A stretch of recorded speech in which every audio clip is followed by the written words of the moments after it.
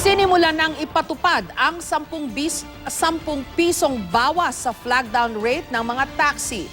Pero sa kabila ng abiso ng LTFRB o ng Land Transportation Franchising and Regulatory Board, ilang taxi drivers ang hindi sumunod.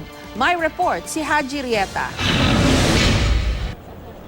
Sa unang araw ng pagpapatupad ng bagong flag down rate sa mga taxi, nag-ikot ang ilang tauhan ng LTFRB para masigurong nasusunod ang bagong patakaran.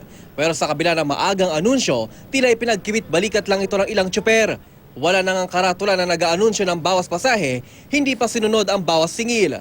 Depensa ng ilang driver, hindi raw sila naabisuhan ng kanilang mga operator. Nabalitaan ko lang kaninang umaga sa radyo. Ay, hindi nyo po alam. Hindi. Kanina nyo lang nalaman. Kanina rin po ng umaga. Hindi nasabi ng operator nyo? Hindi po. Pag sakay sir, automatic, oy, bawas sa 10. Sinasabi ng mga pasahero yon. Matik. Sinubukan pa ng aming team na sumakay ng taxi at nagkunwaring hindi alam ang bagong pasahe. Ang kabuang metro umabot ng 54 pesos. Pero sa halip na 44 pesos ang singilin, sinuklaan kami ng 6 na piso. Yung effective na yun? Madalas tinitip na lang ng pasahero yun. Hindi niya. 50 pa nga tinitip. Kaya hindi na namin gano'ng sinasabi. Sa isa pang taxing aming nasakyan, pumatak din ng 54 pesos ang babayaran. Pero imbis na bawasan ng 10, may pinapauso pang patakaran si mamang driver. May flag down rate po tayo. Pag umabot na 100? Pag ganon? Doon lang yung flag down rate na 10. Di ba ngayon ang ano nun? Oo nga. Wala ka pa Ganon. Kailangan naabot ako 100. Sa ngayon, wala pa namang naitatalang formal na reklamo sa Metro Manila ang ahensya kaugnay ng bawas sa 10 piso sa flag down rate. Maliban sa Baguio City na maaga pa lang 3 pasahero na ang sumugod sa tanggapan ng LTFRB para reklamo mga tsuper na hindi sumusunod. Nasa 35 pesos ang regular flag down rate sa Cordillera Administrative Region. Sa bagong kautusan, magiging 25 pesos na lang ito na agad inalmahan ng mga driver. Anila, nasa 4 hanggang 500 piso kada araw ang mawawala sa kanilang kita.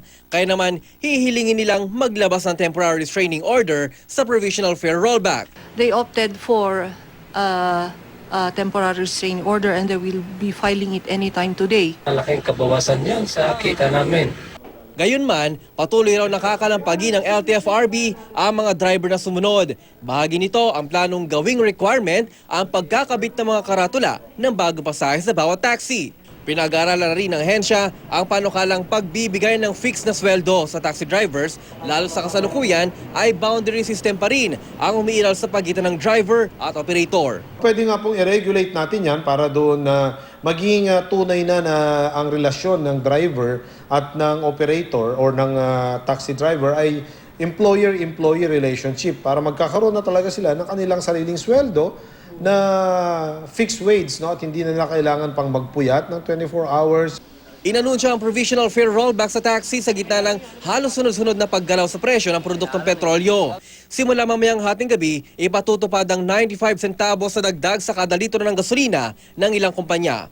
Habang 55 centavos naman ang taas presyo sa kada litro ng diesel. Ayon sa Department of Energy, ang patuloy na pagsiklab ng gulo sa bansang Libya ang dahilan ng paggalaw sa presyuhan. Nakaapekto rin daw ang maintenance shutdown ng ilang oil refinery sa Amerika. Haji Rieta, GMA News.